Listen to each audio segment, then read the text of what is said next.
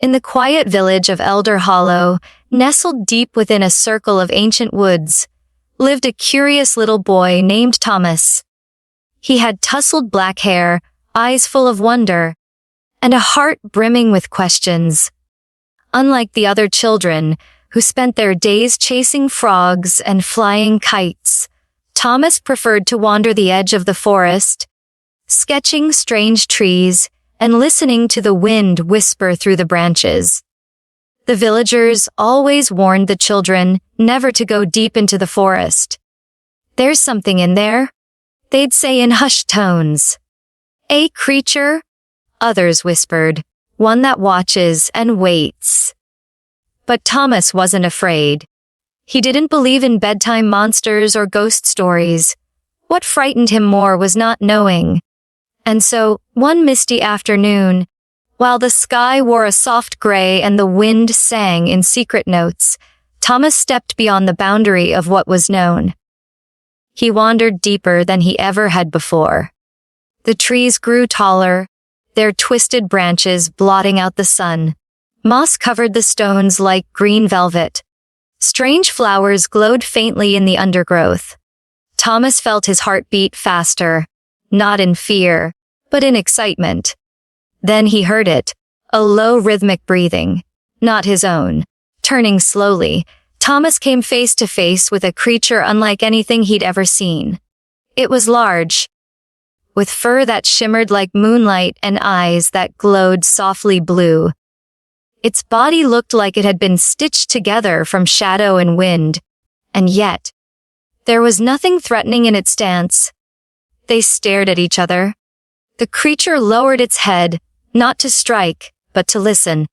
Thomas, though trembling, stepped forward. "Are you the monster they talk about?" he asked quietly. The creature's voice came not through its mouth but directly into Thomas's mind. "Monster? No, I was once the guardian. But now, I'm only a memory. The forest forgot me, and so did your kind." Thomas's eyes widened. "Why did they fear you?" "Because they stopped understanding.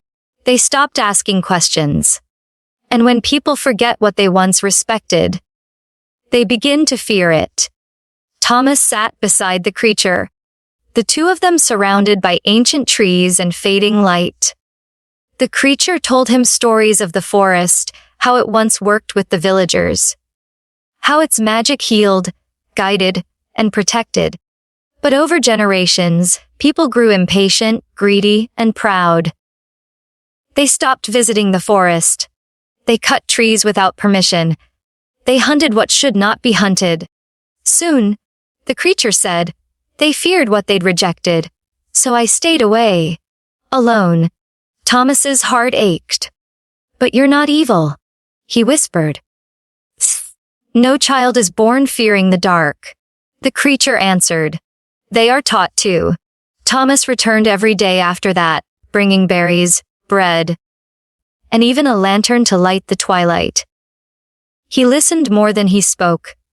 And in return, the creature taught him the language of the wind, how to hear a tree's sorrow, and how to speak without words. But one day, the village noticed his absence. "You've been going into the forest?"